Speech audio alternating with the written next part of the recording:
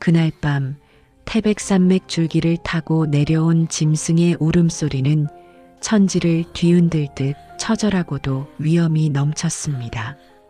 마을 사람들은 모두 문을 걸어 잠그고 이불을 뒤집었었지만 오직 한 소녀만이 눈보라가 몰아치는 산 입구에 서 있었습니다.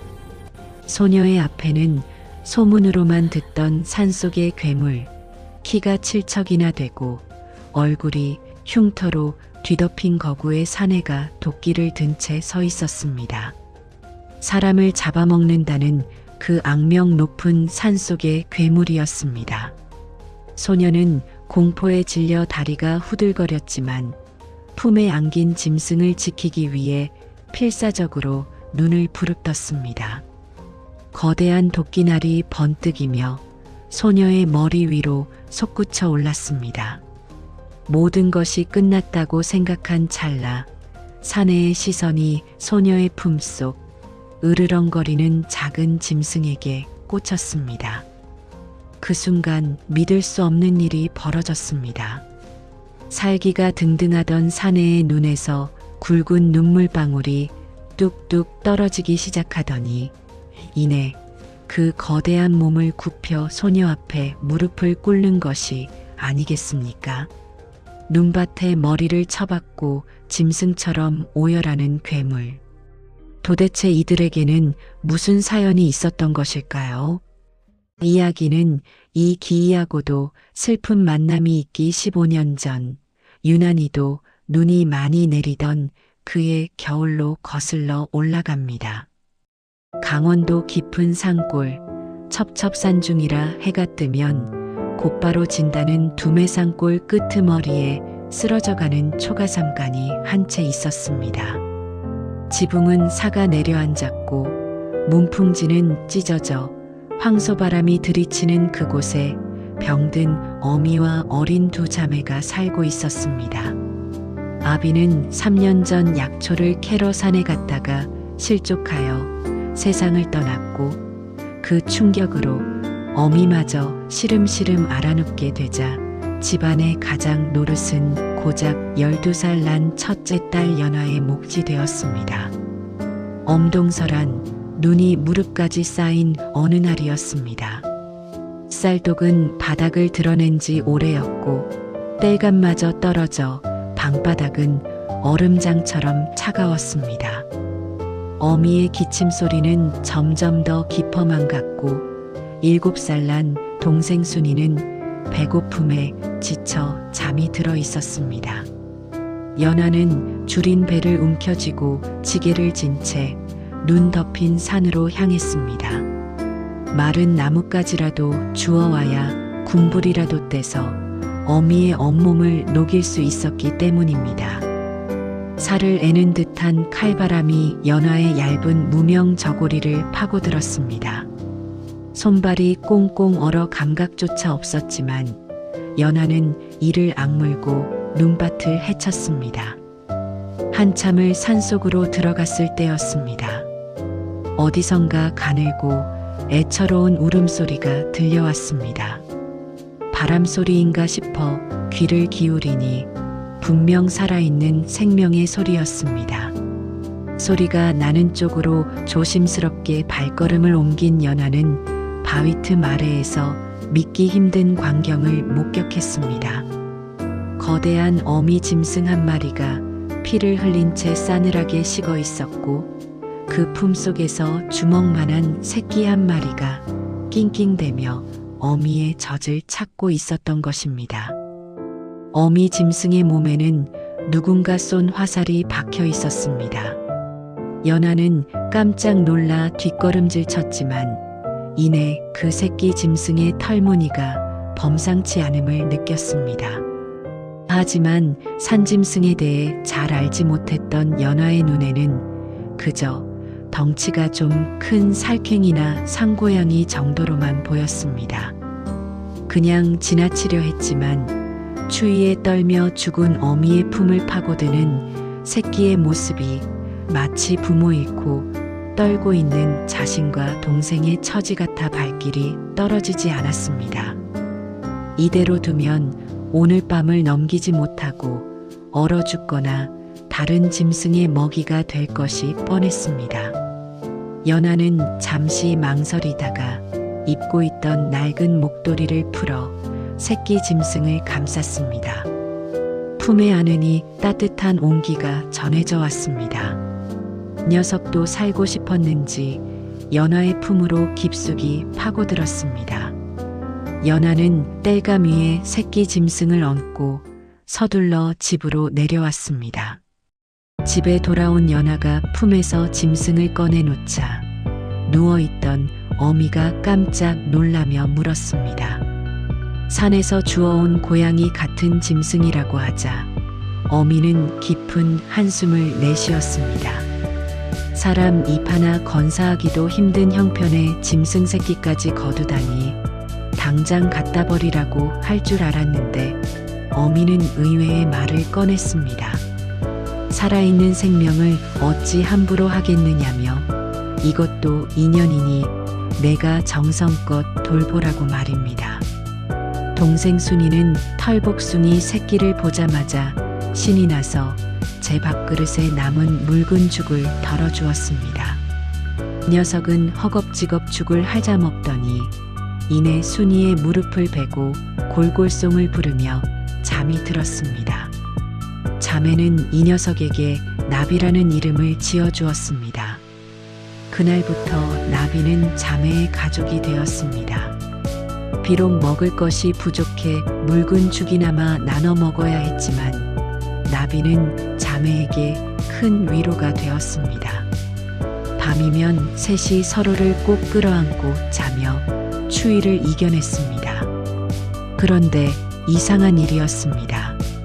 나비는 일반적인 고양이와는 달라도 너무 달랐습니다. 하루가 다르게 덩치가 커지는 것은 물론이고 발바닥이 어린아이 손바닥만큼이나 두툼했습니다.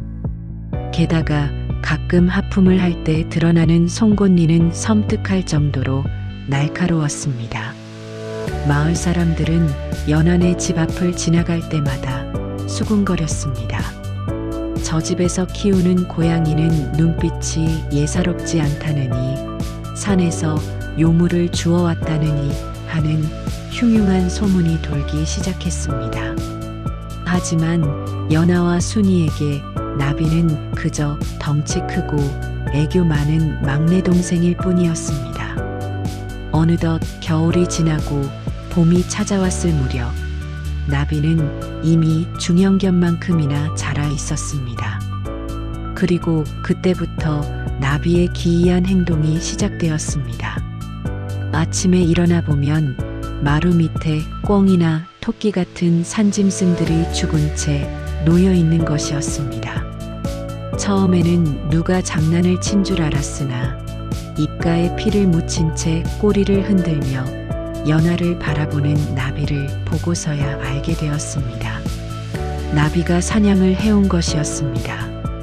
병든 어미에게 고기 국물을 먹일 수 있게 된 것은 다행이었지만 연하는 점점 두려움이 엄습해왔습니다. 이 녀석은 고양이가 아니다. 고양이가 메토끼의 목을 단숨에 물어 뜯어올 수는 없는 노릇이었습니다. 그러던 어느 날 밤 마을을 발칵 뒤집어 놓는 사건이 발생했습니다. 아랫마을 김진사댁 외양간에 늑대가 들어 황소를 물어 죽인 것입니다. 마을 장정들이 횃불을 들고 늑대를 잡으러 나섰지만 늑대는 신출귀몰하게 도망쳐버렸습니다.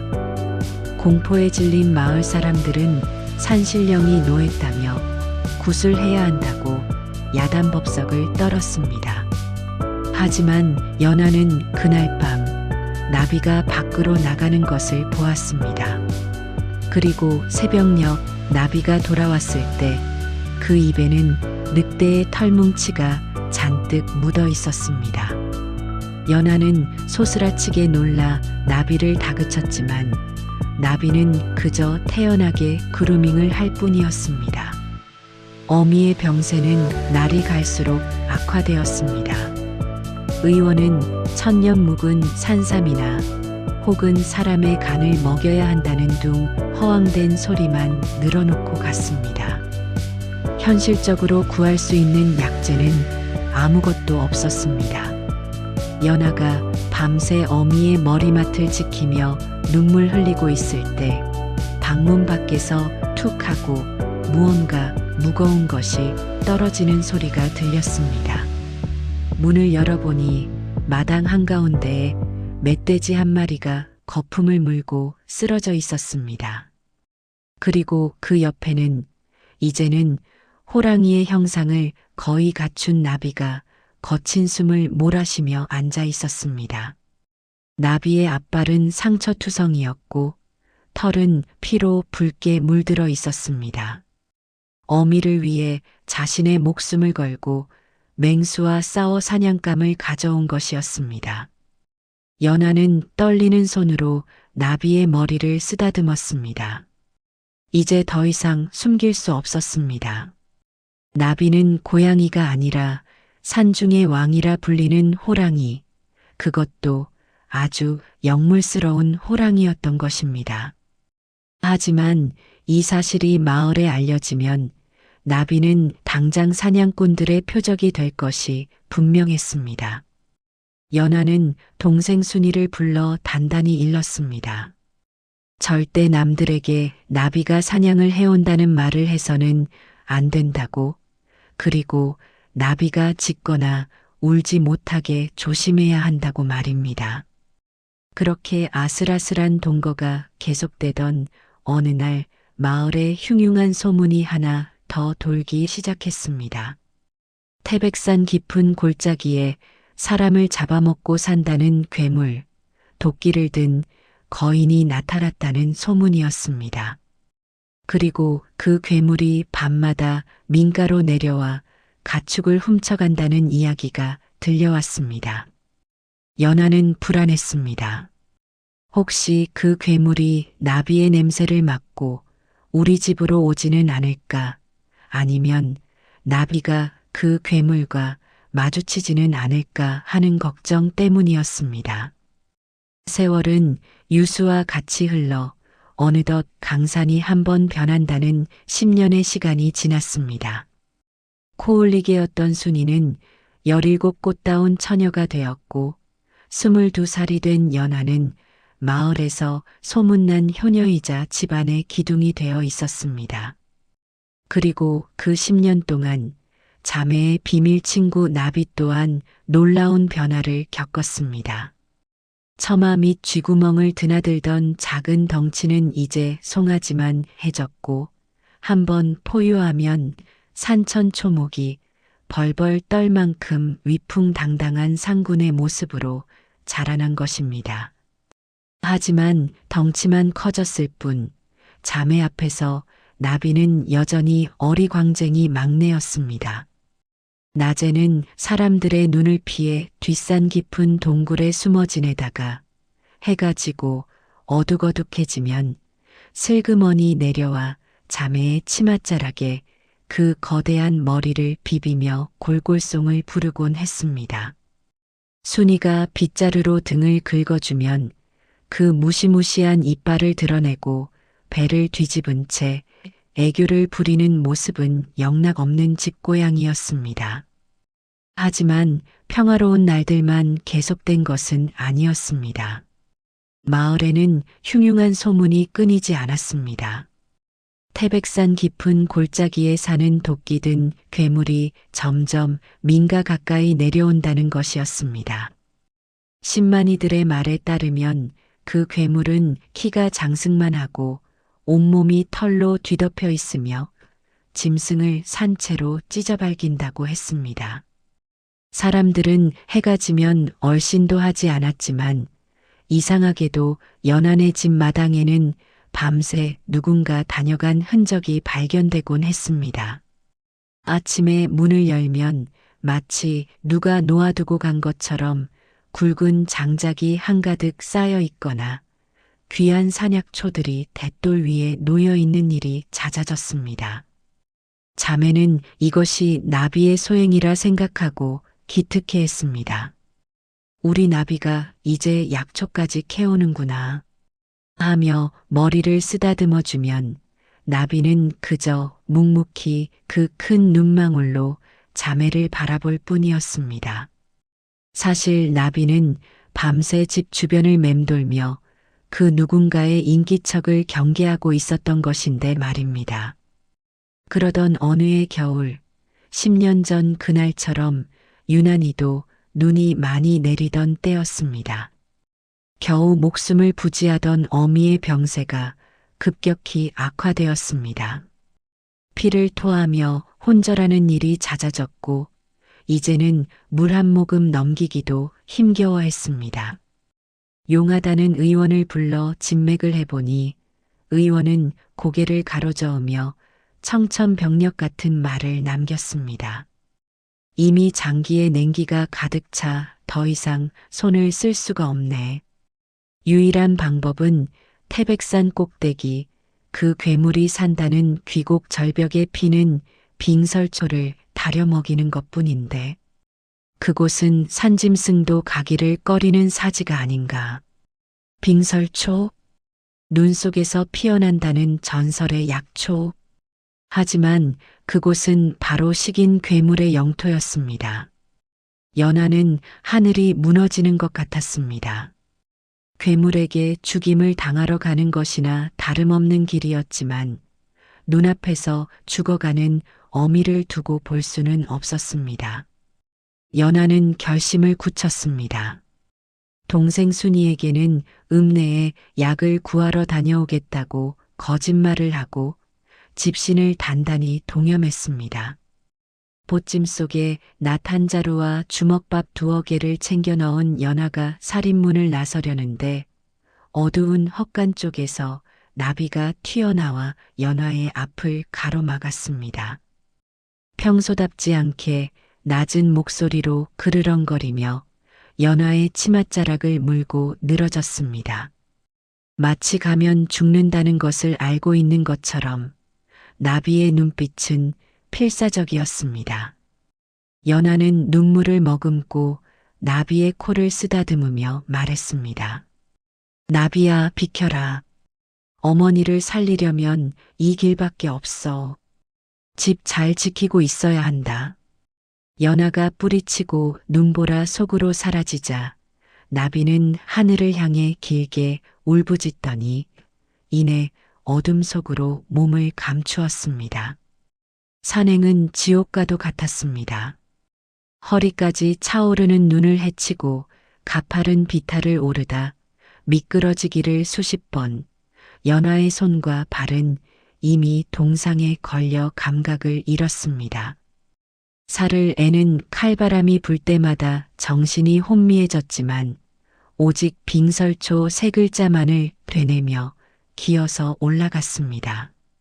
날이 저물고 달빛만이 차갑게 산을 비출 때쯤 연하는 드디어 전설 속의 장소 귀곡 입구에 다다랐습니다. 깎아지른 듯한 절벽 그 틈바구니 사이로 희미하게 푸른 빛을 내는 풀한 포기가 보였습니다. 빙설초였습니다. 연하는 기쁨에 겨워 소리를 지를 뻔했지만 이내 입을 틀어막았습니다. 빙설초가 피어있는 절벽 아래 거대한 동굴 입구에서 뿜어져 나오는 으스스한 냉기와 함께 묵직한 발자국 소리가 들려왔기 때문입니다. 쿵, 쿵, 쿵. 땅이 울릴 때마다 눈이 쏟아져 내렸습니다. 그리고 어둠 속에서 모습을 드러낸 것은 마을 사람들의 소문보다 훨씬 더 거대하고 공포스러운 존재였습니다. 헝클어진 머리카락 사이로 번뜩이는 안광, 곰 가죽을 두른 거대한 몸집, 그리고 한 손에 들린 직채만한 도끼, 바로 산속의 괴물이었습니다.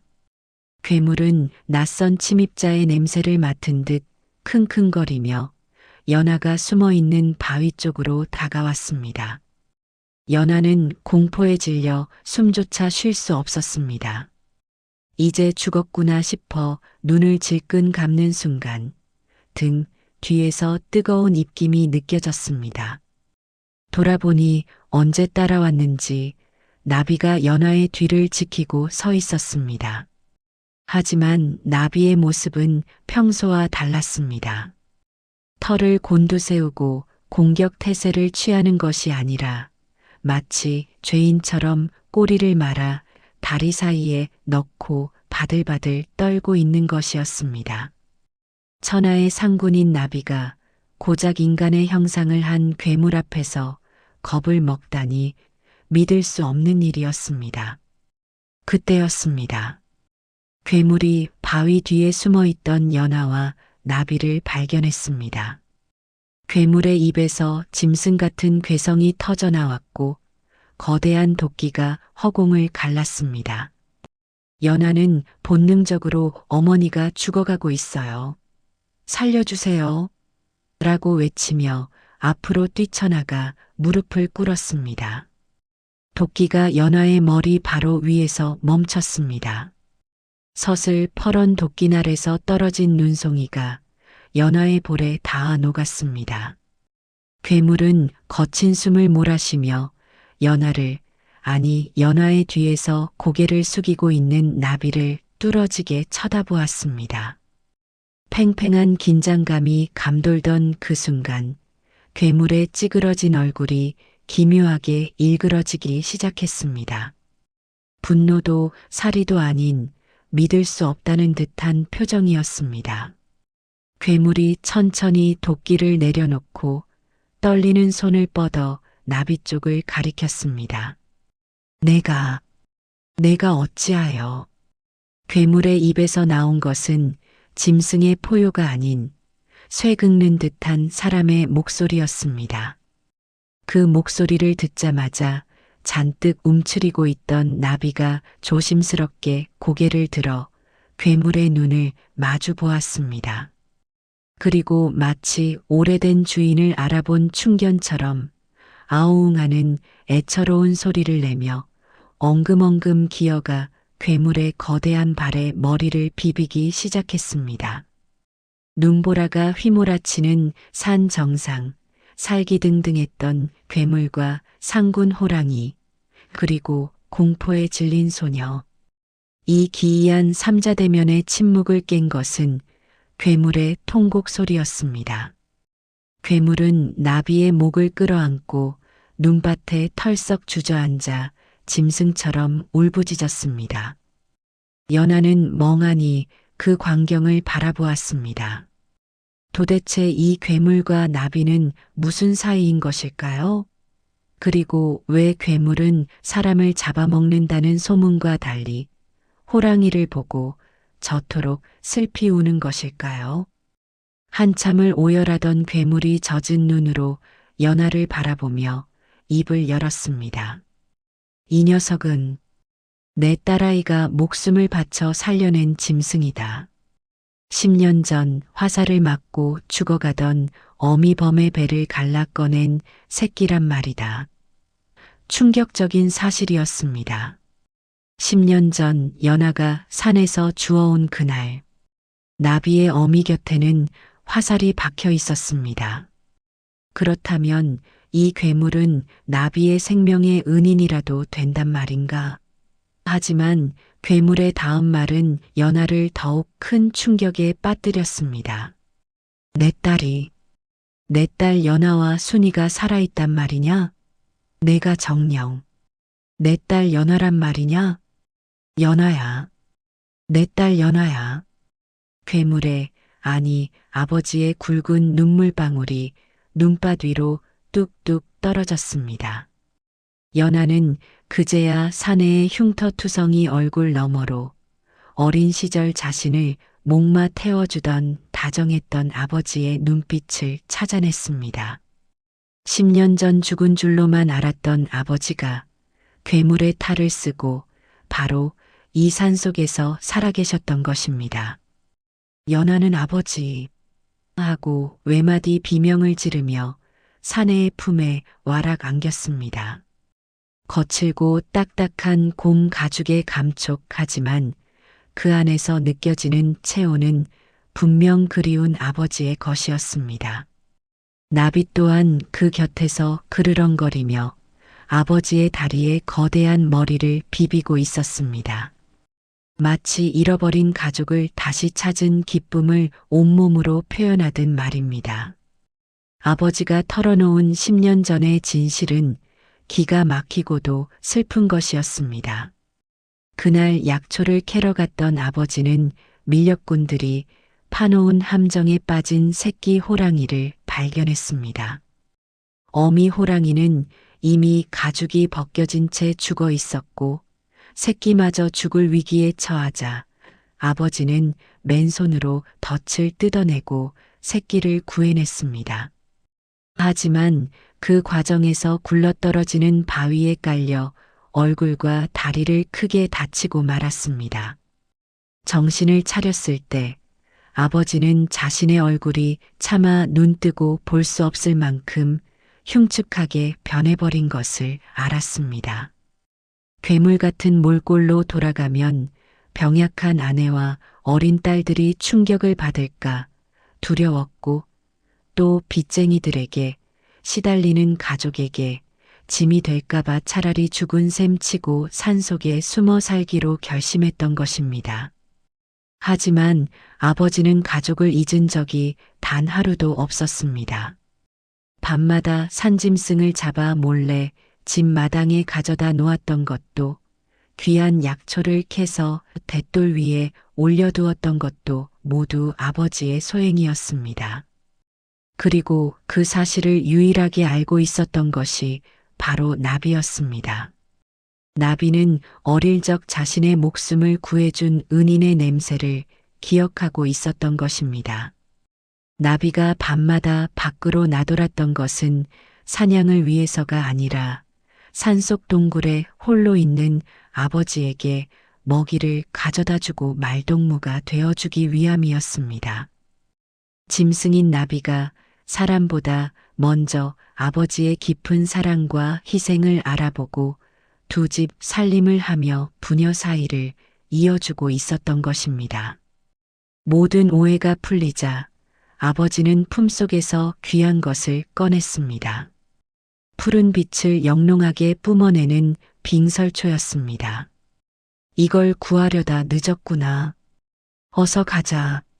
내 어미를 살려야지. 아버지와 연화, 그리고 나비는 눈보라를 뚫고 산을 내려왔습니다. 마을 어귀에 다다랐을 때 횃불을 든 마을 사람들이 몰려 나왔습니다. 괴물이 내려온다는 소리에 겁에 질려 무기를 들고 나온 것입니다. 하지만 그들은 곧 놀라운 광경을 목격했습니다. 괴물이라 불리던 사내가 연화를 등에 업고 그 뒤를 집채만 한 호랑이가 호위하며 내려오는 모습을 말입니다. 사람들이 두려움에 떨며 길을 터주자 연화가 외쳤습니다. 괴물이 아닙니다. 제 아버지입니다. 우리를 살리려다 다치신 제 아버지란 말입니다. 집에 도착한 아버지는 떨리는 손으로 빙설초를 다려 아내의 입에 흘려 넣었습니다. 죽음의 문턱에 있던 어미는 신기하게도 숨을 크게 몰아쉬더니 이내 창백했던 얼굴에 혈색이 돌기 시작했습니다. 그리고 10년 만에 눈을 뜬 아내의 눈동자에 흉측하게 변해버린 남편의 얼굴이 맺혔습니다. 하지만 아내는 놀라지 않았습니다. 그저 말없이 남편의 거친 손을 잡고 하염없이 눈물만 흘릴 뿐이었습니다. 겉모습이 아무리 변했어도 부부의 연과 가족의 사랑은 끊어낼 수 없는 천륜이었기 때문입니다.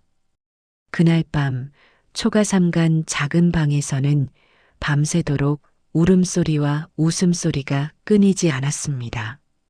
방 밖에서는 나비가 든든하게 문을 지키고 앉아 하얀 눈을 맞으며 가족의 재회를 지켜보았습니다. 다음 날 아침 나비는 호련히 자취를 감추었습니다. 이제 아버지가 돌아왔으니 자신의 역할은 끝났다고 생각한 것일까요? 아니면 본래 있어야 할 곳인 산으로 돌아간 것일까요? 서운해하는 순이에게 아버지는 말했습니다. 그 녀석은 상군이다. 이제 산을 지키러 간 게야. 하지만 언제든 우리가 위험하면 바람처럼 나타날 게다. 그 후로 마을에는 더 이상 괴물에 대한 흉흉한 소문은 들리지 않았습니다. 대신 태백산 깊은 골짜기에 사람을 해치지 않고 마을을 지켜주는 수호신 호랑이와 그 호랑이와 형제처럼 지내는 화목한 가족에 대한 전설 같은 이야기만이 전해져 내려왔습니다. 미물인 짐승도 은혜를 입으면 목숨을 다해 갚는 법입니다. 하물며 사람으로 태어나 부모의 은혜를 모르고 가족의 소중함을 잊고 사는 이들이 있다면 오늘 밤 산속에서 들려오는 호랑이의 울음소리에 귀를 기울여 보시기 바랍니다. 혹시 그 소리가 우리가 잊고 지낸 소중한 인연을 일깨우는 나비의 목소리는 아닐까요? 눈 내리는 겨울밤, 고양이인 줄 알고 키운 호랑이와 괴물이 된 아버지의 이야기는 여기까지입니다.